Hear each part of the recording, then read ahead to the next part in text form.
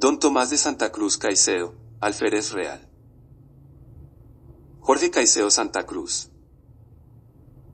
Amado por unos, no tanto por otros, objeto de envidia y de admiración, uno de aquellos que nunca pasaron inadvertidos y que aún al presente son parte de la historia. Al que está en lo alto se lo ve desde lejos. Relato inspirado en personas, lugares, acontecimientos y tiempos reales, basado en documentos históricos cuyas fuentes se cita al final de la obra. Junio de 2024. Registro de propiedad intelectual 10-1197-467. En memoria de mis abuelos, que en paz descansen, José María Jorge Santa Cruz Erazo y Mariana Portilla de Santa Cruz, y mis tíos abuelos Antonio, Rafael, Luis, José Dolores, Ramón M., Inés, Berenice y María Mercedes Santa Cruz Erazo. 1. De Popayán a Pasto. 2. La sublevación. 3. La provincia. 4. El comienzo del fin. 5. La invasión. 6. El final. Capítulo 1. De Popayán a Pasto. Una alborada perezosa clareó sobre la adormecida Popayán, capital de provincia y el centro administrativo más importante entre Santa Fe y Quito. En el silencio del amanecer se dejó escuchar el rítmico eco de los caballos al andar por la calle empedrada, que más adelante se convertía en Camino Real, un sendero de herraduras con destino al sur, a la provincia de Los Pastos y su capital, paso forzoso en el trayecto hacia Quito, donde la corona había establecido una real audiencia más cercana y accesible que la de Santa Fe, pues el viaje entre esta y Pasto duraba casi 2 meses, aventurándose a toda clase de peligros, ríos caudalosos, montañas de profundos abismos, selvas enmarañadas, enfermedades, ataques de fieras y asaltos de indios, de cimarrones y bandidos. Al mediodía ya había quedado atrás el valle de Popayán, que terminaba en un terreno fácil, de lomas amenas y consecutivas, en un ambiente placenteramente tibio, silencioso, propicio para avanzar en calma. Ya escaseaban las tierras cultivadas por los hacendados, que daban paso a los bosques de montaña, más densos a medida que el camino se adentraba en la maleza. Los vigías de los monos aulladores dieron la alarma desde lo alto de los árboles y familias enteras se unieron a la algarabía. A partir de allí debían moverse con cautela, y los inexpertos sentirían la piel erizada, ojos y oídos alertas a cualquier señal de peligro.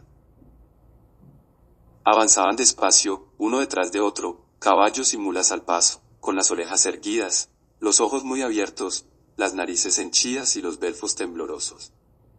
El aleteo de un ave, la veloz carrera de un roedor en la hojarasca o una ráfaga de viento en la espesura era motivo de inquietud. En un pequeño claro crujieron las ramas y las hojas secas detrás de los arbustos, y un ruido de escapada sobresaltó a los viajeros que por instinto se aferraron a sus armas mientras uno de los guías arrojaba su lanza con fuerza y con destreza, adelantándose al movimiento de las plantas. Un chillido se esparció por el bosque entre el respirar entrecortado por el miedo, el dolor y la sangre de un tapir moribundo, que en la carrera desesperada alcanzó a alejarse más de 100 de varas, perseguido de cerca por su matador, decidido a no perder la presa. El bosque acompañó los gritos del animal. Monos y aves volaron despavoridos entre el espeso follaje de los árboles, y el rugido del jaguar oculto en la maleza se dejó escuchar sobre las voces y los gritos de hombres y animales. El tapir, aunque agotado por la lucha, peleaba ferozmente dando coces y dentelladas, hasta que finalmente se entregó, con un profundo silbido que anunció su muerte. Una vez desollado por las hábiles manos de los guías, fue cortado en trozos convenientes para el transporte y consumo, impregnado en sal y empacado para aumentar las provisiones, que debían ser suficientes para las 2 semanas que duraba el viaje. Fue un retraso imprevisto pero valió la pena. Después, el ascenso de la cordillera. Indulgente al principio, paulatinamente convertida en fortaleza de gigantes. Altos muros, ya verticales, ya inclinados en ángulos incomprensibles. Rocas que inesperadamente se desprenden de lo alto y caen arrastrando enormes derrumbes. Incontenible marea de tierra, piedras, arbustos y árboles de inmensas raíces. Una montaña flácida como un molusco inmensurable, sin esqueleto que lo sostenga.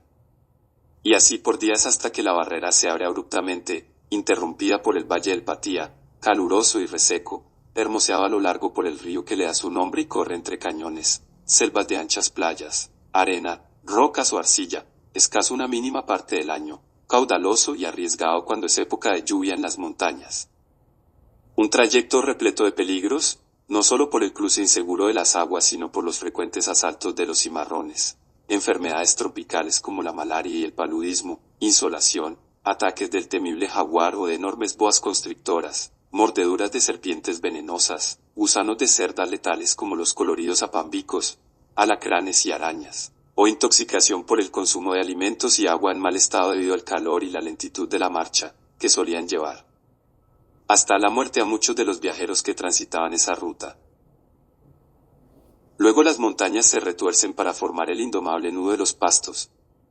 El camino se torna angosto y desafiante en lo alto de las cimas y el peligro, como una sombra, acompaña a los viajantes.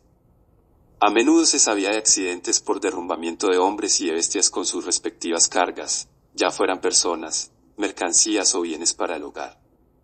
Arriba están los cóndores que sobrevuelan en busca de alimento, y abajo las infranqueables caídas que terminan, ya inconscientes, en las turbulentas aguas del río Juanambú, ansioso por fundir su caudal con el Patía.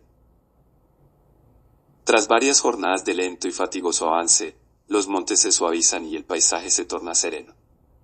Puede observarse los venados que huyen y los osos de anteojos que surgen con timidez entre los matorrales. Se escucha el canto de los miranchuritos, las mirlas y los gorriones. Las quebradas discurren más tranquilas y en sus aguas cristalinas, dulces y refrescantes, abundan las ranizas verdes y las truchas, a las que de vez en cuando un salto lleva fuera del agua para caer sobre la hierba del potrero.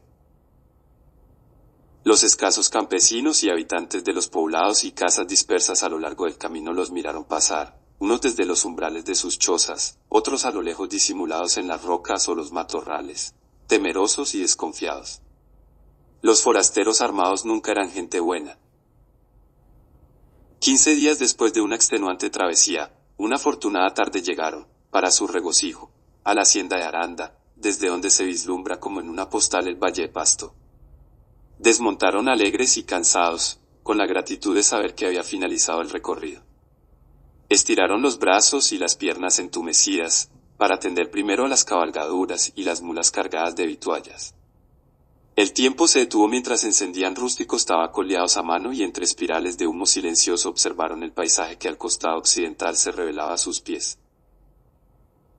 La planicie callada, plácida y verde, rodeada de montañas por los cuatro costados aún más verdes.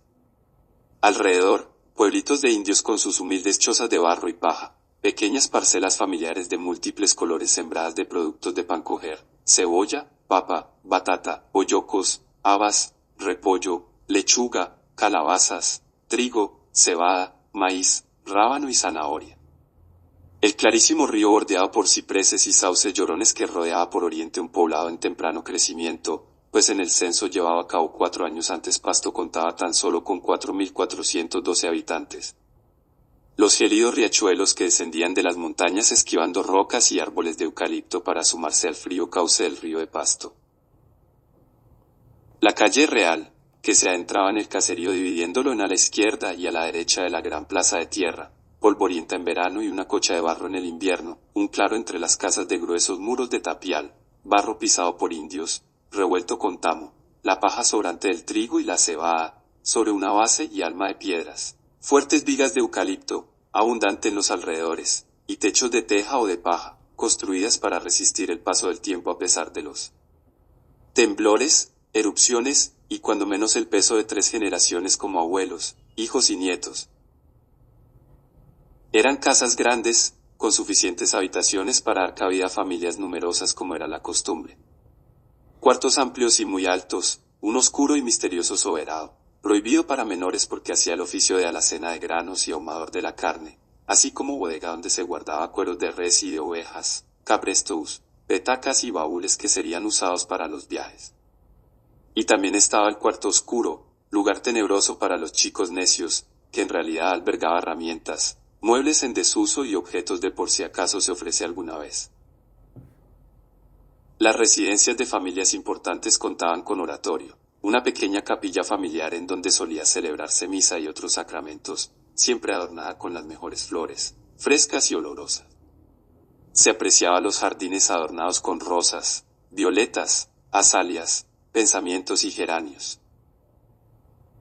El huerto, farmacia natural surtida con plantas medicinales bien conocidas por las abuelas y la servidumbre del campo, manzanilla para el dolor de estómago, violetas para la tos, flores de sauco para bajar la fiebre, ruda para los cólicos menstruales, baños y bebida de hojas de breva para facilitar el parto, baico y ajenjo para las lombrices, emplasto de tomate de árbol para las amígdalas, sábila para los riñones, limonaria contra los males de vejiga, hierbabuena para la llenura, chilacuán para las madres lactantes escasas de leche, romero para el crecimiento del cabello y manzanilla para aclarar.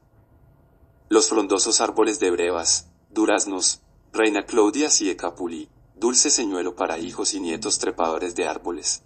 Además del chilacuán, poroporo, chauchilla y tomate de árbol, una que otra mata de uvillas, e igualmente solían sembrar papa y maíz para el abastecimiento familiar, sin carecer de gallinas y una o dos parejas de patos. Estas casas se distinguían además por tener su propio aljibe, un profundo pozo circundado por un pequeño muro de piedra y adobe, en cuyo fondo corrían las frías pero limpísimas aguas de arroyos invisibles. En la esquina noreste de la plaza, la iglesia matriz, escoltada por las residencias de los principales, los Santa Cruz, los Delgado, los Ortiz, los Caicedo, los Arama, los de la Villota, los Polo, los Astorquiza. Iglesias, conventos, capillas y monasterios por doquier. Al fondo, más al occidente, el volcán de Pasto. Una inmensa montaña redondeada, separada de la gran cordillera por el valle donde se asienta la ciudad. El dicho volcán se encuentra cerca, a menos de 2 leguas de distancia. Al sur de la cima se observa una hendidura, un pequeño valle que contiene una laguna, decían que producida por una gran explosión ocurrida antes de la llegada de los conquistadores, y que el volcán arrojaba estas aguas de las cuales nació el río San Francisco, que pasaba por Obonuco antes de entrar al valle de Pasto y confundirse con el río del mismo nombre. Rara vez podía verse la cima despejada sobre un telón de fondo hermosamente azul.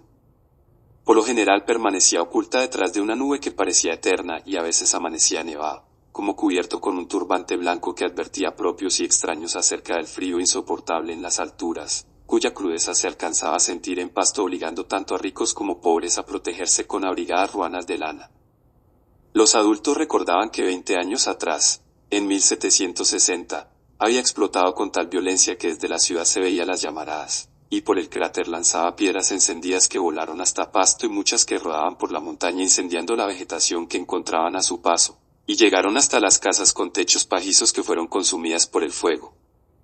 Casi todas las noches las bocas arrojaban llamas, por 2 ventanitas, como decían los indios, localizadas en la pendiente occidental del volcán y por eso no se veían desde Pasto, pero sus pobladores estaban acostumbrados a los bramidos subterráneos, los temblores y la lluvia de ceniza y piedras que caían cada 3 o 4 años, y era conocimiento público la extensa cronología de sus erupciones, narradas por abuelos indios y blancos, pero viejos y sabios.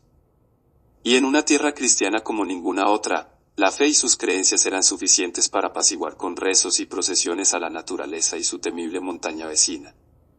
Tanto así que los jóvenes de la ciudad y del campo solían tirarse al suelo y poner en él una oreja para escuchar los rugidos de la tierra. El sol se hallaba próximo a ocultarse tras el volcán, y ante la inminente amenaza de las sombras nocturnas acamparon donde estaban para terminar la marcha al día siguiente.